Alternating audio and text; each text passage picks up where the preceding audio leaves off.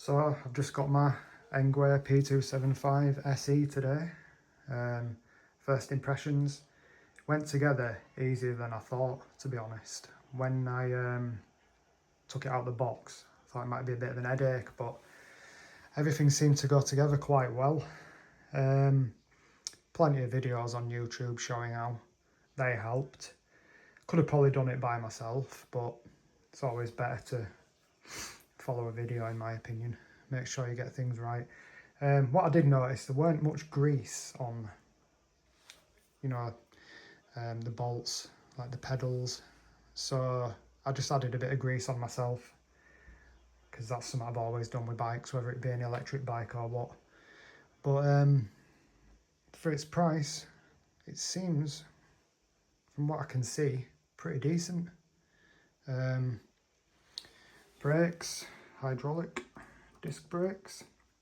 When I put the front wheel on and tightened it up with a quick release bolt, it's quick release. It's quick release on the front there. On the back it's not. I don't know if you can get quick release for back on e-bikes with hub. Not too sure, but I should imagine getting a puncture might be a bit of a ball ache, but that were quite straightforward to put on. Saddle, like I say, I put a bit of grease on there because it would just dry. You need to grease these things up. I mean, I can't really see anything that looks cheap. I've had it upside down. I haven't been out on it yet, but I've had it upside down and I've tried gears and everything. All seem good. Like, usually with a cheap bike you'd expect like plastic pedals. You'd get pedals and they'd be plastic. These are metal. I mean, they're not the best, but they'll do. I can always replace them. I even had air in tyres. I'm going to give it a bit more air, pump it up myself, make sure they're right. Yeah, apart from that, first impressions quite nice. Bigger than I thought. I think it's, what, 25 kilograms or something, this bike. So you've got the fat tyre ones that can equal up to like 35 kilograms.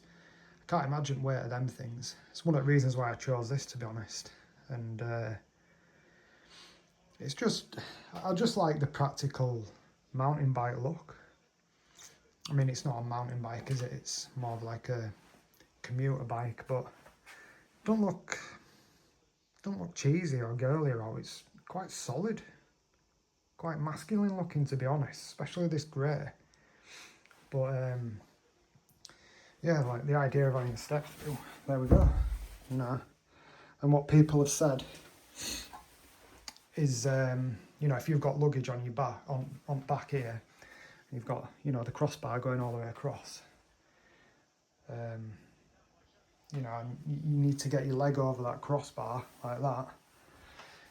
And there's luggage on back as well. You need to be doing like acrobatics, don't you, to get over it. Whereas if you've got luggage on back, step through, you don't even need to think about swinging your leg over. You just, there you go.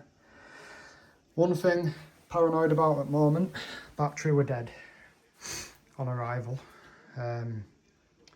No charging it whatsoever. Pressed the button when it was in here and it just showed red. So I took it out and I've got it charging in the kitchen here. This is feeling warm, which is promising. Quite warm, that actually. I've read that needs to turn green. Once that's green, apparently it's charged. I don't think there's any light indication that shows on that while it's charging away from the bike. As far as I know, this is information that I've got from online, so but what's concerning me is it feels cold. The battery, it just feels a bit cold to me. It's been in here, I've let it warm up and everything, but it just still feels cold. But maybe that's how it should be. Soon find out. I'm just hoping it works. I'm just going to wait till that turns green and then I'll put it in there and if I press that button and it turns green, then it's all good by the looks of it. The battery's alright. That's my only concern at the moment. I'll find that out in about probably 5 hours or something when it's fully charged. Then I can, you know, actually see it in action, see the display and everything. I think there's, I was a bit worried about this when I got it, because it looks all smeared and sort of scratched, but from what I can see, it's a bit of a protector over it. I need to get cable ties that are included in box, and tie some of these cables up a bit better. But apart from that, there weren't any issues. All I'll say is, as well, is what I was paranoid about is when you unbox this, the cable ties are black. Maybe Engwe could do with using different coloured cable ties. It's to what they use to attach all the like polystyrene to the bike, you know, to protect it. But the cable ties are black, and your bike cables are black. So I was really paranoid about cutting through a wire. Obviously, you know, you can tell the difference between a cable tie and a wire when you're looking at it. But yeah, it's still a bit daunting thinking that, you know, there is that possibility that you can end up cutting through one of the wires and that's it, bike dead. So yeah, they also include black cable ties as well in like the little box that you get to you know, tidy your wires up a bit, which I'm yet to do. I don't think there's much to do, to be honest. You get a little toolkit as well, which is handy. So everything that you need to fix this up when it arrives, you get. So don't worry about having to search for tools. All the thing I recommend is grease, because you need to put grease on like your nuts and bolts and stuff. So yeah, it was handy having all those little tools, and can keep them for spare as well in future. A few Allen keys, a few little spanners. They weren't cheap looking either, actual decent looking spanners.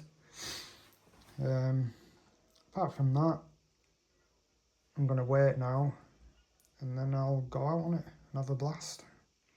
And I'm hoping it's all good.